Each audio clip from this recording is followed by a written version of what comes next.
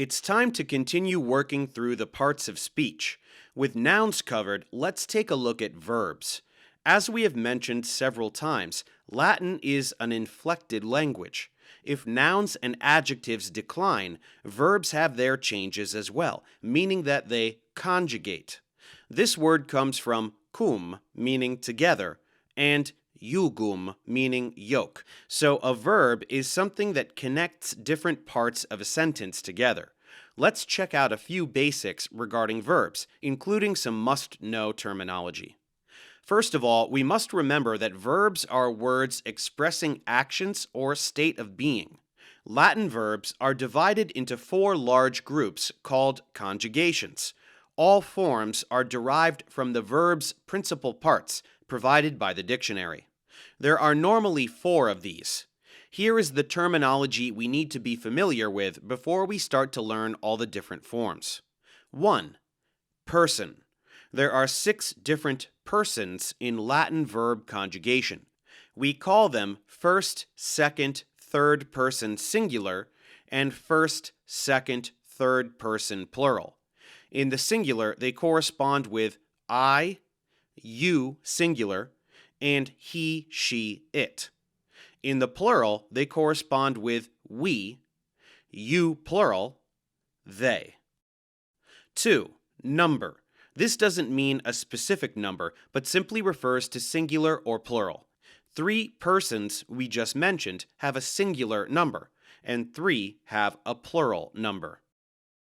3. Tense or tempus. The tense places the action somewhere on the timeline, whether in the past, present, or future. The tenses in Latin are praesens, present, describes something happening right now.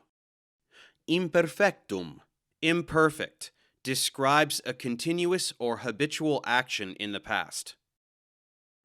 Perfectum, present perfect, describes a completed action in the past. Plusquam perfectum, pluperfect, describes something that had happened before another past action. Futurum primum, simple future, describes something about to happen. And futurum exactum, future perfect, describes a future action happening before another future. 4. Mood or modus. There are several moods in Latin. Indicative, the mood of reality, describes facts presented as real. Subjunctive, the mood of possibility or eventuality, expresses opinions, wishes, or hopes. Imperative, the mood for commands, expresses orders in second person singular or plural. Then we have a non-mood form which doesn't have person or number but still has tenses. Infinitive, the verb's dictionary form, shows the verb's conjugation. Gerund or gerundive is used often as a declension or conjugation of the infinitive, or in a construction called the passive periphrastic. 5. Voice. The voice can be active or passive according to whether the subject is performing an action or is acted upon. I love, amo, versus I am being loved, amor.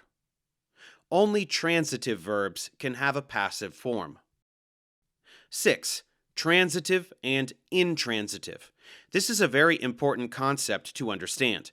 Being a transitive or intransitive verb depends on whether the verb can take a direct object or not. For example, Romam amat, he loves Rome, is transitive. Roma venit, he comes from Rome, is intransitive.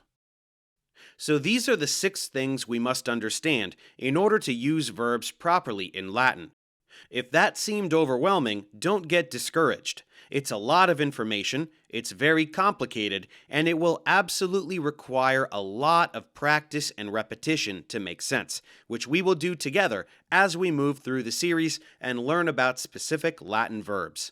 For now, let's move forward and learn some more basics about Latin grammar. Thanks for watching. Subscribe to my channel for more tutorials. Support me on Patreon so I can keep making content. And as always, feel free to email me, ProfessorDaveExplains@gmail.com.